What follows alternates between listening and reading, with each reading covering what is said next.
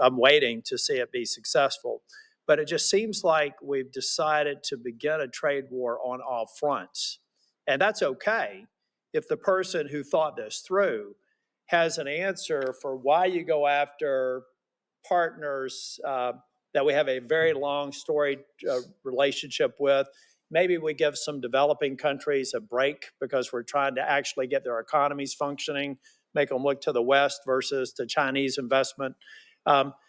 So it just seems like I'm getting my head around the alla prima approach. I'm not condemning it because I'm not a trade expert, but I still, at some point, and I understand that you are the trade rep.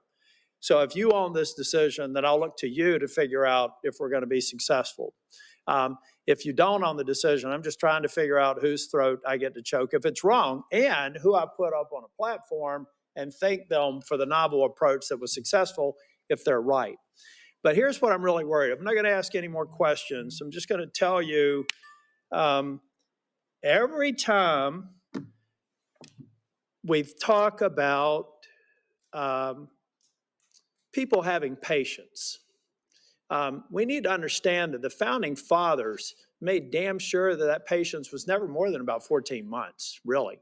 Everything that we need to do to know what the political environment is going to be about next year, it's going to be done by February of next year. So in your mind, do you believe that over the course of the next 14 months, we're going to have a level of certainty, and the people in the trailer park that I grew up in who are going to bear the brunt of some of these short-term cost increases, maybe some job displacement for a period of time, how are they going to be feeling Groundhog Day 2027 or 2026? Do we feel like the majority of this will be resolved and I'll be able to thank whoever thought that the alla prima approach was a good idea? Because that's about the timeline we've got to work with. Well, Senator, these people who voted for the president is the same situation I grew up in. Yeah. You know that. I agree. But let me just finish here because I don't want to get in the way of my colleagues. Yes. I'll be 65 in August. Every day, 11,400 people celebrate their 65th birthday. That's 4 million a year. So there, let's say from 60 to 65, people are looking at their 401k statements. They did vote for President Trump. They voted for me. I hope that they will again in both cases. Well, maybe not the president, but I intend to run for re-election.